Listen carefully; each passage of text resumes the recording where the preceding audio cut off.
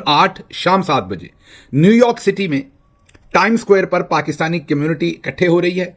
Pakistan Tehreek Insaf New York chapter ने एक एहतजाज मुनक्कद किया वहां पर।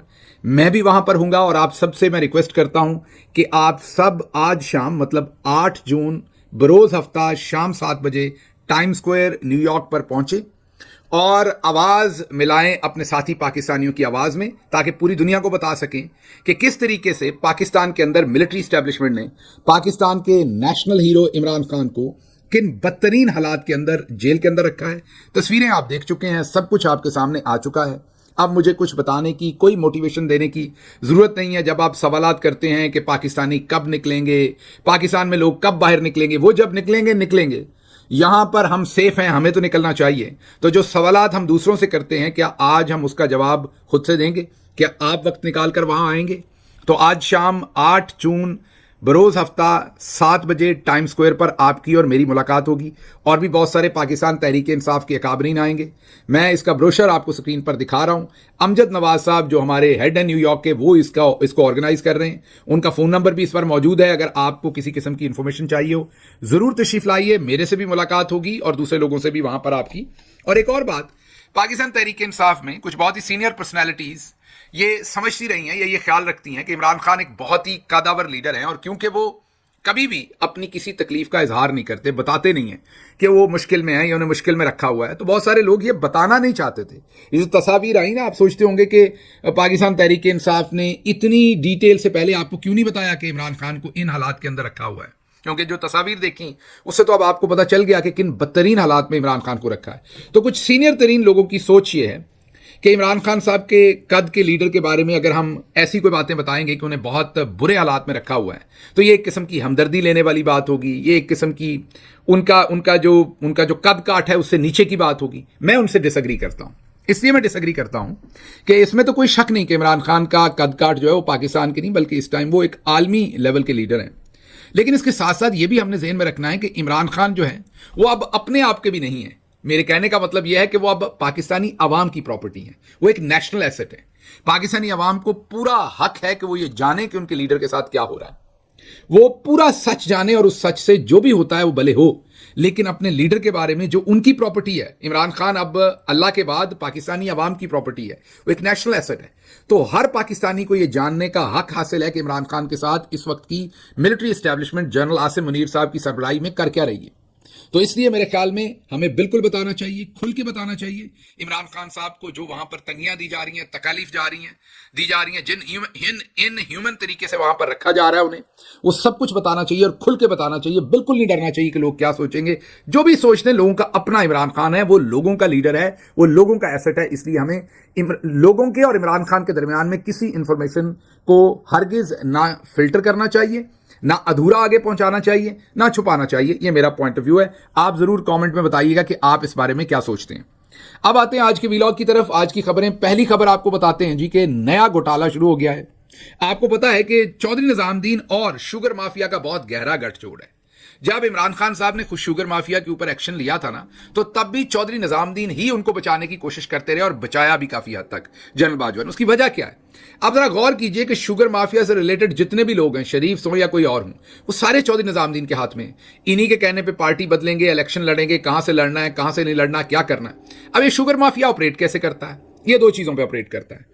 जाहिर है किसान को तो इन्होंने पहले लालच देके तो पूरी जो फसल है वहां पर गन्ना ही गन्ना काश्त होना शुरू हो गया। हालांकि गन्ने को पानी ज्यादा लगता है, वक्त ज्यादा लगता है, किसान को ज्यादा यील्ड और ज्यादा रिटर्न और फसलों से मिले, लेकिन उन्होंने वहां पर एक इकोसिस्टम इस तरह का डेवलप कर दिया हुआ है। आपको हैरानी होगी कि पाकिस्तान शायद आज भी स्लेवरी में रह रहा है। आपको यकीन नहीं आएगा ये सुन के। जो पाकिस्तानी किसान है वो अपनी मर्जी से गुड़ नहीं बना सकता अपनी फसल के अंदर। ये आपको यकीन नहीं आएगा जो मैं कह रहा हूं। जी हां, डिप्टी कमिश्नर्स पुलिस के थ्रू ऐसे किसान को पकड़ते हैं जो अपनी फसल में खुद गुड़ बनाता है। नोटिफिकेशन किया जाता है कि गुड़ नहीं बनाना, सारा गन्ना मिलों को देना है। आपको यकीन नहीं आ रहा होगा कि हम हिंदुस्तान से इधर इसलिए आए थे कि हम मर्जी का गुड़ भी और शक्कर भी ना बना सकें। वो भी हुकूमत बताएगी कि आपने क्या करना है। तो किसान को धकेल के शुगर मिलों की तरफ पुश किया जाता है कि सारा गन्ना आपने उनको देना है। अब किसान गुड़ बना नहीं सकता, शक्कर बना नहीं सकता, उसे इलीगल कर देते हैं। कई दफा नहीं करते, लेकिन अक्सर इलीगल कर देते हैं। माजी में इसके नोटिफिकेशन हुए। अब इन हालात में फिर दूसरा काम शुगर मिल माफिया क्या करती है कि वो जब मिल चलाने का वक्त आता है ना, कोई किसान मजबूर होता है, उसने खाद और कहीं कुछ उधार पे उठाया होता है पैसे देने, फिर उसका अपना खर्चा, तो किसान बेचारा बहुत मजबूर होता है कि उसका वो जो गन्ना उठाया जाए, तो ऐन उस वक्त पर शुगर मिल्स कहती हैं हमारे पास पैसे नहीं है, हम मिल नहीं चला सकते। ये हर दफा होता है, हर साल ये काम होता है। उसके बाद वो 5-7 बड़ी बड़ी गर्दनों वाले बड़े बड़े शुगर माफिया के जो भी उनकी एक यूनियन है, उसके जनाब ये फला बड़े अरबपति लोग हैं, वो सारे के सारे शुगर मिलों के मालिक हैं, उन्होंने एक यूनियन बनाई हुई है। वो फिर इकट्ठे चीफ मिनिस्टर पंजाब को मिलते हैं। पंजाब का ज्यादा मसला है, सिंध वाले तो वैसे ही जो कहें शुगर मिलों वाले वही करते हैं, वो तो मामला ही मिलके चलता है। तो पंजाब के चीफ मिनिस्टर भी अगर जब बुजदार थे तो मामला खराब था, इमरान खान की हुकूमत थी, पहले तो शहबाज शरीफ साहब भी मिलकर ही चलते थे, अब मरियम साहबा भी मिलकर ही चलती हैं। तो आके वो पंजाब हुकूमत को कहते हैं कि हमारी तो पिछली चीनी नहीं बिकी, हमारे पास तो चीनी वाफर पड़ी हुई है, हमारे पास पैसे ही नहीं है मिल चलाने के लिए, तो हमें चीनी एक्सपोर्ट करने दें, और उसके ऊपर ये ध्यान में रखिएगा, उसके ऊपर आप हमें सब्सिडी भी दें। यह है बारीक बात। फिर चीनी एक्सपोर्ट की जाती है, हुकूमत इजाजत देती है उस ब्लैकमेलिंग में, वरना मिलें नहीं चलेंगी। ब्लैकमेलिंग ये दी जाती है कि आपने अगर हमें एक्सपोर्ट की इजाजत ना दी और सब्सिडी भी ना दी, मीन एक्सपोर्ट हम करेंगे, साथ आप हमें जितनी हम चीनी बाहर बेचेंगे, साथ हुकूमत भी थोड़े थोड़े पैसे देगी उसमें, तो डबल माल कमाते हैं। चीनी बाहर बेची, हुकूमत से भी पैसा लिया एक्सपोर्ट के अंदर, मीन वो कहते हैं कंट्रीब्यूट आप भी करें, आप भी हमें उसका कुछ ना कुछ मुनाफा दे, मीन आप भी हमें सपोर्ट प्राइस दें कि हम ये एक्सपोर्ट कर रहे हैं। अब जब ये एक्सपोर्ट हो गई तो एक तो चीनी मुल्क से चली गई, दूसरा हुकूमत से पैसे भी ले लिए एक्सपोर्ट करने के। अब चीनी मुल्क में शॉर्ट हो जाती है, फिर और मिल थोड़ी सी लेट चलाते हैं, जैसे ही चीनी शॉर्ट होती है उसकी कीमत हिट करती है स्काई रॉकेट, उसके बाद मिल चलाते हैं और गोदामों में स्टोर कर लेते हैं थोड़ी देर के लिए चीनी, और वो जो महीना 1.5 महीना होता है जिसमें चीनी की कमी वाकया करवाते हैं और उनके गोदामों के अंदर चीनी अभी भरी होती है लेकिन देते नहीं बाहर, उससे कीमत ऊपर चली जाती है। तो इस साल दोबारा वो किया जा रहा है कि चीनी जो है वो एक्सपोर्ट की जा रही है, अभी एक्सपोर्ट कर दी जाए। हम नहीं कह रहे, नदीम मलिक साहब और दूसरे तमाम लोगों ने इसके ऊपर शोज किए हैं, मोहम्मद जुबैर साहब ने भी गालिबन इस पर बात की है। अब चीनी एक्सपोर्ट की जा रही है, उसमें हुकूमत जो है वो सपोर्ट प्राइस भी देगी एक्सपोर्ट करने की, दो तरफ से आवाम को टीका लगे। ये जो आप कहते हैं ना खाता भी तो लगाता भी है, करप्शन होती है, हमें क्या, ये आपके इसी पागलपन, मैं आवाम से बात कर रहा हूं इस पाकिस्तानी से, आपके इसी पागलपन की वजह से आज हम यहां पहुंचे कि आप 85 रुपए का यूनिट लेते हैं। क्योंकि जब ये करप्शन होती थी ना, हम आपको बताया करते थे, तो आप पता क्या जवाब देते थे, करप्शन तो जी ऊपर अमीर लोगों की होती है, हमें क्या, हमने तो अपनी दाल रोटी खानी है। करप्शन कोई करता है तो करे, वो तो ऊपर करता है, हमारे तो नहीं करता। अब आपको समझ आई वो कहां करता है, वो आपके कान के नीचे करता है, जहां रख के चपेट दिया उसने आपको।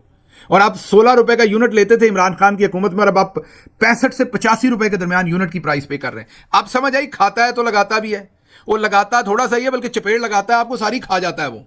सो एनीवेज, कहने की बात यह है कि अब चीनी कम होगी, ये माफिया एक्सपोर्ट करेगा, फिर चीनी महंगी होगी, फिर आप महंगी चीनी खरीदेंगे, और अगले साल फिर यही होगा, किसान को पैसा नहीं देंगे, 6-6 महीने 8-8 महीने साल उसका पैसा रोकेंगे। अब आप कहेंगे हमने क्या किया था, हमने बड़ा सीधा काम किया था। मैं था उस टाइम पंजाब में, इमरान खान की बड़ी क्लियर डायरेक्शन थी, ये मिलने चलाते हैं ठीक है, नहीं चलाते तो गवर्नमेंट खुद चलाएगी, टेक ओवर करें, खुद चलाएं, फाइंड आउट इंजीनियर्स, इनको बता दें फलां तारीख तक आप मिल चलाएंगे, नहीं चलाएंगे आप पे पर्चे देंगे, आपको डालेंगे अंदर। और हाँ, एक दफा हमसे गलती हुई थी एक्सपोर्ट की, क्योंकि हम पहली दफा आए थे, हमें भी पता नहीं था। इन्होंने जहांगीर तरीन साहब और सबने कहा जी चीनी बहुत ज्यादा पड़ी, एक्सपोर्ट करनी, मुल्क का नुकसान, एक्सपोर्ट की। जैसे ही इमरान खान को पता चला तो फिर अगली 2 दफा आपको पता है जो इमरान खान ने किया। तो मिलने हम वक्त पर चलवाते थे, किसान को वक्त पर पैसा दिलवाते थे, इसलिए चीनी को जाहिर है बाद में हमने कंट्रोल में रखा। तो ये पहली खबर थी, लेकिन जाहिर है अब हमारे चौधरी निजामुद्दीन चीनी वालों से मोहब्बत इतनी करते हैं, तो मीठे जो होते हैं चीनी वाले, और चौधरी निजामुद्दीन साहब को मीठा खाना पसंद है, तो आपको तो पता ही है जनरल बाजवा कितना मीठा खाना पसंद करते हैं, इसीलिए तो उन्हें मियाँ मिठू भी पसंद थे। तो आप बहरहाल थी। अच्छा जी, अगली खबर आपके सामने ये कि जी इमरान खान साहब की इंस्ट्रक्शन पर रैलियां निकाली गई। कुछ लोगों ने तो बहुत जबरदस्त रैलियां निकाली लाहौर में, और कुछ लोगों ने लाहौर समेत दूसरी जगहों पर रैलियां नहीं निकाली, उनमें टिकट होल्डर्स भी हैं, दूसरे लोग भी हैं। उन सबका डाटा जाहिर है इकट्ठा हो रहा है, उन पर नजर है। और ऐसे तमाम लोग जो पार्टी की ऐसी एक्टिविटी में मुश्किल तरीन वक्त में, जब आपका लीडर मुश्किल तरीन जेल काट रहा है, जो शायद ही पाकिस्तान की तारीख में किसी इतने बड़े लीडर ने काटी हो, और उस वक्त आपका रैलियां ना निकालना या बाहर ना निकलना, वो हर चीज नोट हो रही है, जाहिर है फिर उन लोगों को टिकट दी जाएगी, आइंदा उन लोगों को पार्टी के ओहदे दिए जाएंगे जो काम करते हैं। तो एक ये जहन में रखिए कि ना सिर्फ पार्टी के अंदर जो रैंक एंड फाइल है वही इसका हिसाब रखता है, उसके बाहर भी इमरान खान साहब ने एक पूरा मैकेनिज्म बनाया हुआ है जो मुल्क से बाहर भी और मुल्क के अंदर भी ये देखता है कि कौन पार्टी के लिए काम कर रहा है और कौन नहीं कर रहा, कौन बुरे वक्त में पार्टी को छुरा घोंप रहा है और उसके बाद पार्टी का मामे खां भी बनता है। ये सब कुछ नोट हो रहा है और आने वाले वक्त के ऊपर इस सब का एहतसाब होगा, तो एक तो ये ज़हन में रखा जाए। अच्छा जी, आगे बहुत ज़्यादा तबसरा हो रहा है जो क्रिकेट हारा है, तो इसमें रिजवान गुलज़ई साहब बड़े अच्छे जर्नलिस्ट हैं, जज्बाती हैं, कभी कभी जज्बात में आके ठोक देते हैं हाँ, किसी के खिलाफ भी ट्वीट, लेकिन है अच्छा बंदा, करप्ट नहीं है। रिजवान गुलज़ई साहब अरशद शरीफ के स्टूडेंट भी रहे हैं और उन्होंने कहा है कि साबिक क्रिकेटर रमीज़ राजा के दौर में पाकिस्तान क्रिकेट टीम की जो परफॉर्मेंस थी बहुत अच्छी थी। एक तो वो इमरान खान ही कहना चाहते हैं, लेकिन जाहिर है पाकिस्तान में उस तरह खुल के लिख नहीं सकते। फिर किसी का दोस्त नजम सेठी आ गया, फिर किसी का दोस्त ज़का अशरफ आ गया, और फिर किसी का दोस्त बल्कि रिश्तेदार मोहसिन नकवी आ गया, और फिर आपको पता ही है जो हुआ, फिर हम हार रहे हैं और हारे भी किससे, अमेरिका से। और आपको इंटरेस्टिंग बात बताएं कि सुपर ओवर किया ना जिसमें हम हारे हैं, वो सुपर ओवर करवाने वाला जो है वो इंजीनियर है और एक दिन की छुट्टी ली थी उसने। पहले उसका दिल नहीं था छुट्टी लेने की। पार्ट टाइम क्रिकेट खेलता है, ये पार्ट टाइमर है। ये साढ़े क्रिकेटर जेडे ना इन्होंने लम्बे पा लेना चाहिए थे, मतलब मारना नहीं चाहिए, जाहिर है लम्बे पा के इनकी मालिश करनी चाहिए, मसाज करना चाहिए, थक गए होंगे बेचारे। सो कहने की बात यह है कि पार्ट टाइम क्रिकेटर्स जो है, वो इंजीनियर है, उसने एक दिन की छुट्टी ली, उसने कहा चलो आज क्रिकेट खेल लेते हैं, तो जाके अगलों ने पाकिस्तान को हरा दिया। पार्ट टाइमर क्रिकेटर जो अपना कोई प्रोफेशनल इंजीनियर्स है सारे या कोई और अपने काम कर रहे हैं, उन्होंने छुट्टी लेकर तो जाके पाकिस्तान की टीम को हरा दिया। मेरा ख्याल इसके बाद तो इज्जत से वापस जाना ही बेहतर है जो इन्होंने हालात किए हैं। इसमें प्रेसिडेंट अलवी साहब ने बड़ा जबरदस्त तजिया किया है, बड़ा लंबा उन्होंने एक ट्वीट किया है और उन्होंने कहा है कि लग रहा है कि क्रिकेट टीम को कहीं डर है शायद कि पकड़ ना लिया जाए, हमें भी कोई जेल में ना डाल दे अगर हम जीत गए तो या हार गए तो उन्होंने कहा आप घबराएं ना, पूरी कौम आपके पीछे खड़ी है, आपने जो अभी किया वो तो बहुत बुरा किया। और साथ उन्होंने कहा कि जब मेरिट तोड़ा जाता है, जब कौम के अंदर मेरिट का इस्तेसाल किया जाता है, और मोहसिन नकवी उन्होंने तो नहीं कहा लेकिन मैं कह रहा हूँ, जब मोहसिन नकवी जैसे ससुराली रिश्तेदार जो हैं, सिर्फ उनकी जो क्लेम फॉर फेम है वो ये है कि वो आर्मी चीफ के रिश्तेदार हैं, यही बताते हैं वो लोगों को।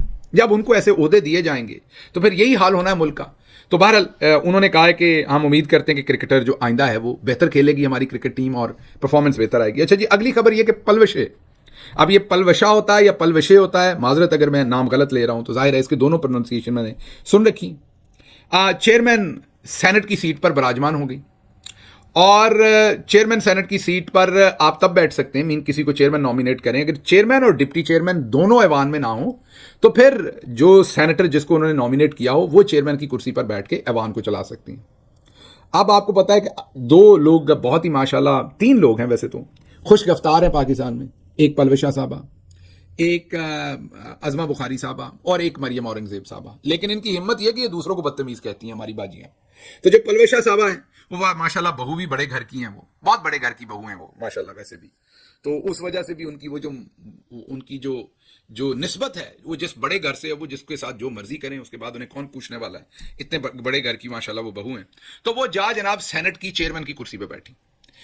शिबली फराज साहब से लेके तमाम लोगों ने जोर लगा लिया कि बीबी सामने डिप्टी चेयरमैन बैठा है, आप कैसे बैठ सकती, कानून की खिलाफवर्जी। अड़ गई बीबी, उसने कहा मैं तो नहीं उतरती। बिल्कुल इसी तरह की यह खबर हुई है, मशहूर है वो भी इसी तरह बोलती हैं, दिखने में भी हमारी बहन की तरह लगती हैं वो। कंगना रनावत बहुत बड़ी फिल्म स्टार है हिंदुस्तान की, और मोदी की भक्त हैं बहुत बड़ी, मोदी को फॉलो करती, अंधा फॉलो करती हैं। और जो उनका कल्ट है ना मोदी का, जो हेट मॉन्गर्स हैं मुसलमानों से, माइनॉरिटीज से, सिखों से, क्रिश्चियन से, जो वहां पर नफरत की सियासत फैलाते हैं, उनमें कंगना रनावत भी जो है वो बहुत पेश हैं।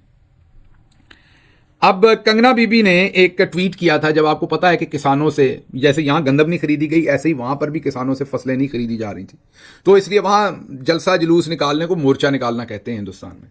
तो किसानों ने मोर्चा निकाला, उन्होंने प्रोटेस्ट किया, और दिल्ली के बाहर उन्होंने एक जगह पर पड़ाव डाला और काफी देर रहे। मोदी को उसका बड़ा नुकसान हुआ पब्लिक परसेप्शन में। तो उस टाइम कंगना रनावत ने एक ट्वीट किया जिसमें एक खातून, बुजुर्ग, बूढ़ी किसान पंजाबी सिख खातून की तस्वीर ट्वीट की, वहां बैठे हुए प्रोटेस्ट में जो ट्वीट थी, और कहा कि ये खातून जो है ये 100 रुपए पे खालिस्तान, ये खालिस्तानी खातून, कहा कि ये एंटी इंडिया है, इंडिया की दुश्मन है, ये खालिस्तानी है, ये किसान नहीं है, ये खालिस्तानी है। और ये खालिस्तानी खातून जो है ये 100 रुपए के किराए पर मौजूद है, जो मर्जी किराया दे के 100 रुपया दे के जहां पर बिठा ले, तो ये असल किसान नहीं है। अब कंगना साहबा ने हिमाचल प्रदेश से सीट जीती है, वो मेंबर पार्लियामेंट बनी है।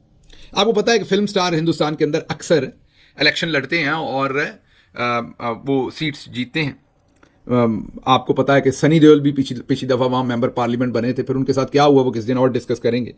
बहरहाल कंगना साबा जो है वो मंडी है हिमाचल प्रदेश में, जो एक जो कॉन्स्टिट्यूएंसी है वहां से वो जीती हैं बीजेपी के टिकट के ऊपर। वो चंडीगढ़ से फ्लाइट लेके दिल्ली जा रही थी जीतने के बाद, पहली दफा हल्फ शल्फ लेने, मतलब मंत्री बनने के बाद।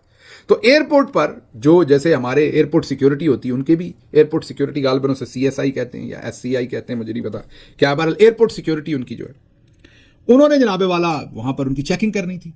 तो जब उनकी चेकिंग कर रहे थे तो वहां पर जो एक कांस्टेबल थी कुलविंदर कौर, 2 बच्चे हैं कुलविंदर कौर के, 15 साल से वो ये नौकरी कर रही है एयरपोर्ट के ऊपर सिक्योरिटी की, और कुलविंदर का हस्बैंड जो है वो भी इसी में, इसी डिपार्टमेंट में है।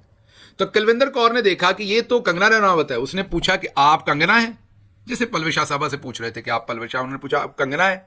कंगना रनावत मशहूर फिल्म स्टार हैं, उन्होंने कहा जी बिल्कुल मैं वही हूं भाई। इसके बाद फिर चिरागों में रोशनी नहीं हुई, कुलविंदर कौर ने रख के चपेट दी। तो आपको पता है पंजाब दी जट्टी, सो उसने चपेट दी, देनी चाहिए नहीं थी, मारना चाहिए नहीं किसी को, ये गलत बात है, लेकिन मैं तो रिपोर्ट कर रहा हूं जो हुआ। उन्होंने चपेट दी। उनसे बाद में पूछा कि आपने ये क्या कहा, तो उन्होंने कहा इन्होंने मेरी माँ को गाली दी थी, मेरी माँ खालिस्तानी नहीं है, मैं यहाँ सर्व कर रही हूँ यूनिफॉर्म के अंदर, ये हमें खालिस्तानी कहती है और कहती है 100 रुपये पर। तो मैंने कहा मैं इसको 100 रुपया देकर तो चपेट लगा देती हूँ। तो अब आप अगर ये जो सेनेट में हो रहा है, जो अजमा बुखारी साहबा कर रही हैं और जो कुलविंदर कौर ने किया है और वहां हुआ, इनमें मुमासलत को आपको नजर आए तो आपको आए, मैं नहीं कुछ भी ऐसा कह रहा, लेकिन रवैये एक जैसे हैं लोगों को गाली गलोच करने के। बहरहाल मैं किसी भी किस्म की फिजिकल, ये मैं मजाक में नहीं, सीरियस नोट पर, नून लीग का हो, PTI का हो, काफ का हो, पीपल्स पार्टी का हो, कोई भी शख्स हो या कोई नॉन पॉलिटिकल भी हो, ये फिजिकल जो हरासमेंट है इसके मैं हर सूरत खिलाफ हूं, क्योंकि फिर ये वही काम होता है जो अभी हमने देखा है सरगोदा में, और उससे पहले फिर हमने देखा है जड़ावाला में। हर बंदा अपनी कचहरी, अपनी कोर्ट खुद ही लगाता है और वो खुद ही इंसाफ देना शुरू कर देता है। ये दुरुस्त तरीका, तर्ज अमल नहीं। हाँ, मुंह से बात करें, आपको इजाजत है, दबा कर करें, तनकीद करें, जो आपको गलत लगता है वो बिल्कुल करें। अच्छा जी, अगली खबर आपके सामने रखेंगे कि इलेक्शन कमीशन ऑफ पाकिस्तान भाग रहा है। अब वो जो 3 हलके थे ना, आपको पता है, जिनमें PTI जीती हुई है लेकिन सीटें छीनी थी, उन 3 हलकों से इलेक्शन कमीशन को पता लग गया है कि वहां पर तो बीच चौराहे हंडिया फूट नहीं जानी, फट जानी है। उसकी वजह यह है कि जस्टिस जहांगीरी ने कहा है कि वो जो इनका EMS सिस्टम, गालिबन अगर मैं गलत नाम ले रहा हूं तो मुझे माफ कीजिएगा, जो इलेक्ट्रॉनिक सिस्टम था, डिजिटल सिस्टम जो इंस्टॉल था इलेक्शन का, इलेक्शन मैनेजमेंट सिस्टम गालिबन उसे कहते हैं EMS, वो सिस्टम जो है उसका तो एक सॉफ्टवेयर है, उसके अंदर तो जब फॉर्म का डाटा एंट्री हुआ तो उसकी एक डेट है, टाइम है, वो तो अब उसकी टेम्परिंग तो बहुत मुश्किल है, वो तो फोरेंसिक में आ जाएगी। तो जस्टिस जहांगीरी ने कहा कि EMS सिस्टम के जरा फॉर्म 45 लेके आए ना। तो इलेक्शन कमीशन ने कहा कि ये तो रास्ता गलत खुल गया, ये हम नहीं कह रहे, फहीम अख्तर है, बहुत ही मेहनती और जबरदस्त रिपोर्टर है 92 न्यूज के, उनकी ये स्टोरी है। तो वो कहते हैं कि इलेक्शन कमीशन को पता लग गया कि भाई ये तो फड़े, सब फड़े जाएंगे इस तरह। तो अगर इलेक्शन कमीशन ने ये ले, इलेक्शन कमीशन से ये डाटा